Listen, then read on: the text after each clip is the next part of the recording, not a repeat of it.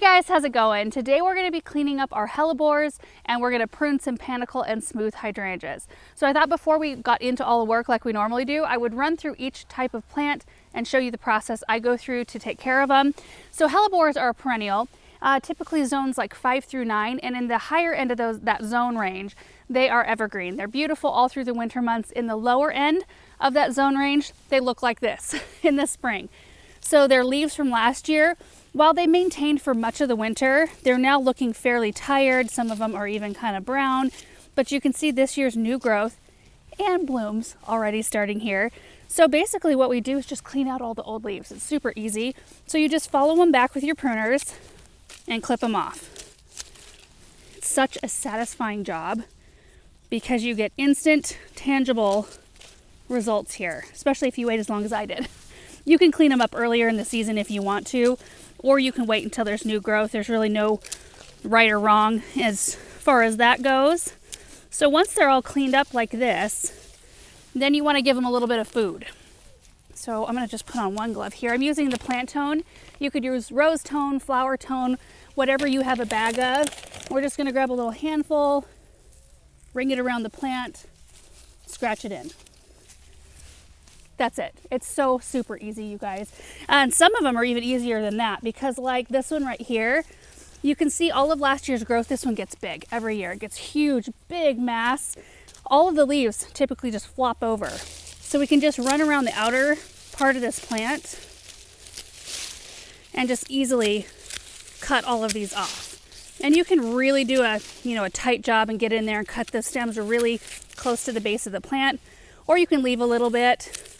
The plant will grow super fast and will cover up all these stems anyway. This one has really pretty, almost black blooms. And that one's done. So it's a really easy, satisfying job. You can see all the blooms starting in right here. Look at this. So pretty. I've got a whole bunch of hellebores in this area, so we will tackle that in a minute. For now, let's head up to the hydrangeas. Okay, so these are incredible hydrangeas. They're a type of smooth hydrangea. They bloom on new wood, so we want to prune them in the early spring. Usually, if you want to be safe, you can wait until they start to bud out, and if you get close in on this, you can actually see the bud starting to swell here.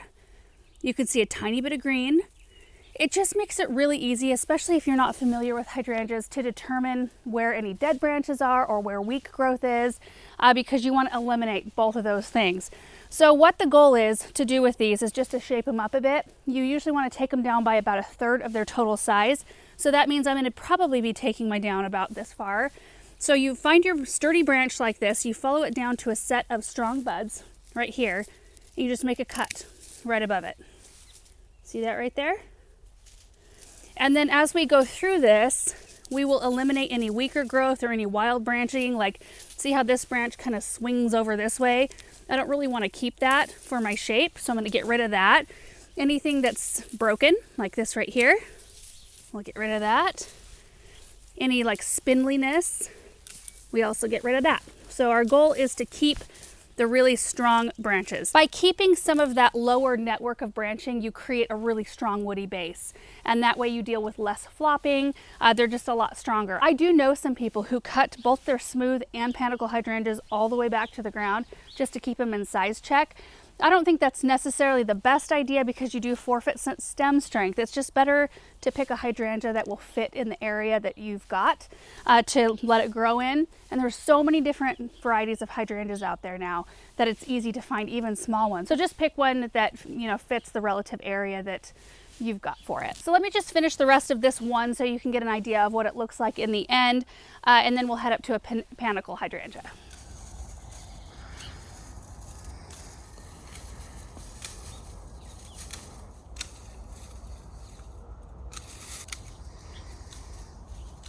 Okay, so I hope that you can see with Russell in the way what that looks like. There's not a whole lot to it, but it just gives it a good start for the season. At this time of the year, you also want to fertilize, which we've already gone through and fertilized all of the hydrangeas.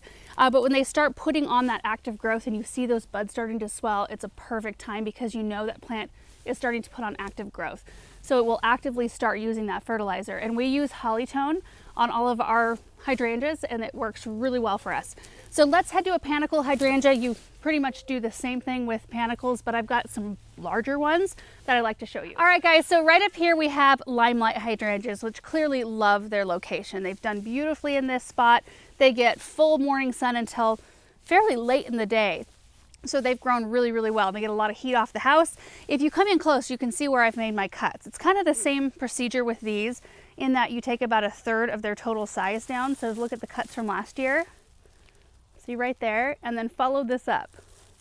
Whoop, this is all new growth from last year. Isn't that nuts? They grow so beautifully. They're just a very vigorous plant. So with this one, I'm not going to take it down quite as far as I took it down last year, but I am going to take it down to about maybe like 3 nodes up from last year's cut. So we'll go in like that. See, if you get in there close, you can see the buds starting to swell. There's a little bit of green life in there. It's promising signs. So I'm just going to attack these like I did the last one and all of the Hellebores. So let's get after it.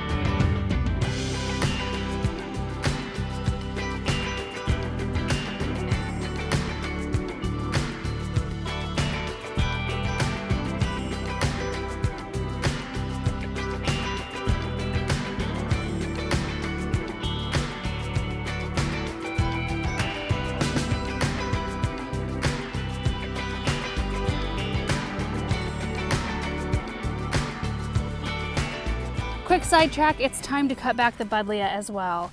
I usually wait until they show signs of growth, which this one definitely is. There's a lot more growth at the base, and then it gets a little bit more sparse. Like on some branches, you can see some fresh leaves, but that's not true to the whole plant. So I'm gonna take it down probably about to where those really strong buds are. And this is gonna be satisfying. It always is.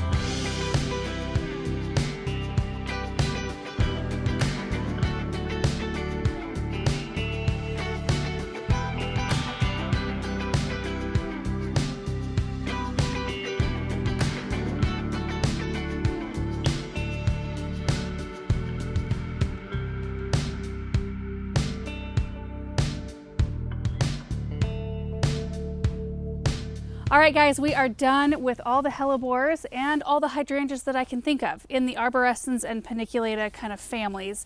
We will talk about oak leaf hydrangeas another day. There's not a whole lot that we need to do with those, just remove some spent blooms, but I thought we would take a walk through what we did today, not in any particular order, but I just kind of wanted to show you what they look like cleaned up. Okay, so this bed looks way better, all tidied up, and just give it a couple of weeks and these Hellebores will be so big. There's actually 45 varieties in this one spot. I mean, each one of these, and they kind of tuck in behind that viburnum, each one of these is a different variety. And I do have tags by most of them. A few of them were here, like this massive one with the dark colored blooms. That one was here when we moved in. And there was another one right here. It was the type of variety, and I cannot remember the species exactly of hellebore, but it smelled like a skunk. And it had like pointier, more sharp looking leaves, almost like thistle-like. It was a really pretty plant, but it just dwindled. Every year we just lost a little bit more of it until it was eventually gone. Anyway, I am happy to not have a skunk smelling hellebore in here. And you know, we've got snowdrops, the leucogyms. They are all over in here as well. So I cannot wait to watch this bed fill in. It's always really fun every year. But let's take a close-up look at just a few of the flowers that we have already. Look at that one, those. There's a few different white ones, which honestly look very similar, even though they're technically different varieties. There's a lot that have a bunch of flowers. Maybe we can see something here. Oh, yeah. So much fun. I've got the most variety of hellebore right here, but you know, we planted a bunch of plugs last year. Walter's Garden sent us out this tray full of hellebores. I think it had like 6 different varieties. And I don't think they're gonna bloom this year because it takes hellebores a few years to bloom. But they came back really nicely. I mean, they were all alive. You can't see them now because I cut them all back today. But you can see the base right here. See that little thing right there, that growth point? And all the leaves had green in them. So we've got, boy, and I can't remember, was it like 40 or 45 hellebores right in this area. So they kind of tuck in under that double file viburnum and kind of come around. There's Brunnera right here. They come around, kind of hug the tree, go back behind it, and then end right there. And there's also one there. And you guys, we are just so behind. I mean, the daffodils, look at this. They're just starting to push. They're a little taller on that side because that side gets a little more sun. Eventually this will be a sea of daffs. Nearby we have the incredible hydrangeas, which this one got cut back quite a lot when they were working on this stone wall last year. So that one is the smallest, but they all look good. I did take after the boxwood right here. Oh my goodness. So an unfortunate thing happened right here. They were cleaning the stones and bricks last summer with a power washer that's gas operated that has like the exhaust on one side, and they had the machine sitting right on this brick path shooting right into that boxwood, that hot exhaust. And it's something that I probably wouldn't have thought of either. So that boxwood got nailed pretty hard. It had a bunch of dead in it. It does still have some life in it. I don't know that it's worth trying to baby back into a hedge. So we might dig that one out and pop a new one in its place, which I knew we were gonna have to do. I just hadn't gotten into that hedge yet to see what kind of damage we were dealing with. Those kinds of things just happen. We have the little lime punch hydrangeas right here. I don't know if you can see the little bits of red at the bottom of each one of these, but Aaron came through a couple days ago and tossed some iron on right before we had a huge amount of rain. But I came through and basically I cut back a few of them, but I basically just deadheaded these because they're so young. Yeah, I didn't really find that I needed to do a big bunch of pruning. Right over here we have a grouping of Anna's red hellebores, and they are so strange. So there's, let's see, 2, 4, 6 of them in here, maybe 7. 2, 4, 6, 7. Yeah, that makes more sense. Okay, this is the only one that's blooming right now. Got a little fertilizer in there. The same thing happened last year. I had one come up in the spring that bloomed, and the rest of them waited until sometime in the summer to bloom.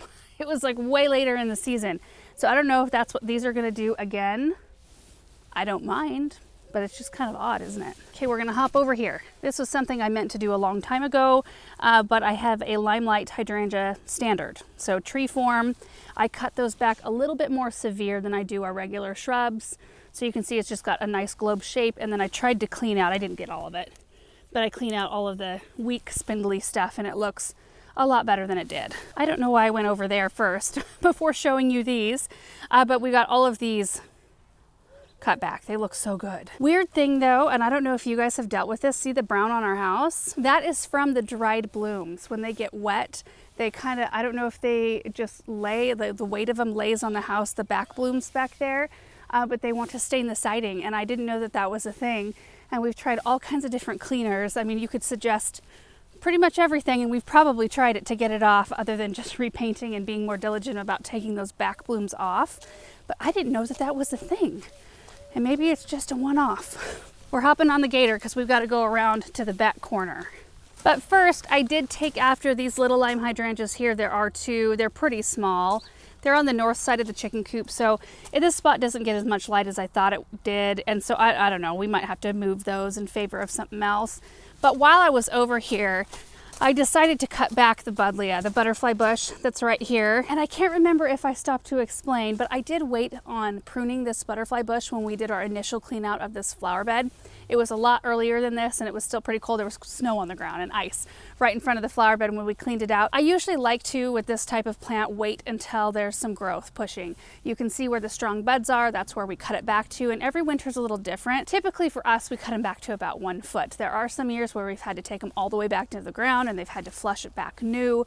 But it is something you want to do. You want to prune your butterfly bushes, especially the bigger varieties, because they bloom on new wood. If you're not pruning them, they'll become what's called second story plants, to where you can only see blooms at the very tippy top of the plant, and they can only be enjoyed from a second story window rather than, you know, being able to walk around your garden and see the blooms.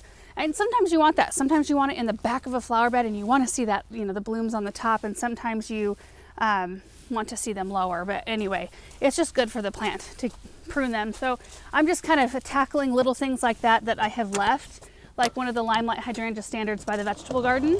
That one right there, forgot to do that when I was out here pruning on the roses, so I did that today. I did the other one, it seems like months ago now. It was probably only a couple weeks ago, 3 weeks ago, I don't know. Time flies. Nice and dark out here. Looks like we might get a tiny little bit of rain. But these are the Limelight Prime hydrangeas. We have 6 of them out here. And these I wasn't able to do the day I came out and did some of the flower bed cleanup. But I just took after these a bit, kind of cut them back a tiny bit and deadheaded them. They were so full of blooms, and there's a lot of kind of wispier looking branches, but I want to wait this one out. I didn't want to take too much of it, of the shrub, just because, I mean, all of these little branches had big blooms on them this past year. So I just want to see how they react this year, just to having a light prune. And then we may do things differently next year. I like to kind of experiment with things like that sometimes. I like to do that with some of the new varieties. And the Limelight Prime is a denser, shorter version of the regular Limelight. And the last thing for today are these 6 Quickfire Fab hydrangeas. My word, have they done beautifully in this corner. We have a red point maple here, our line of arbs. This is back behind our orchard fence, where we, you know, store supplies and things like that. And we wanted to dress up this corner with something that was low maintenance. And that's one reason why I like to plant hydrangeas, because once they start to bloom, they just bloom for the rest of the season. You don't have to deadhead them in season. They don't drop petals everywhere. They're just clean and pretty. We do make sure they've got 2 emitters per plant. Like, they get a little extra water than some of our other plants, and that keeps them very happy, but they get a ton of sun out here. And I think that that is key, especially for this type of hydrangea. They need to have that amount of sun to really perform, and these just perform. And you guys, that is going to be it for today's video. Hellebores are done. Almost all of our hydrangeas are done. Feels weird to still be doing cleanup at the end of March. We're typically done with that project by now, but it's just been a weird, cold, wet spring, which I'm loving. I'm so thankful. It makes me feel like it's been a more relaxed spring. I've been able to focus on some of the things and do some of the things like planting hyacinths. I never have time to plant the bulbs that I have in containers. I never have time to plant them out in the landscape, even though that's usually my intention. They usually end up at a friend's house because I just run out of time. So it's been just a really nice spring. I'm just really enjoying it. I hope you guys enjoyed this video. Hope you're having a great day, and we will see you in the next one. Bye.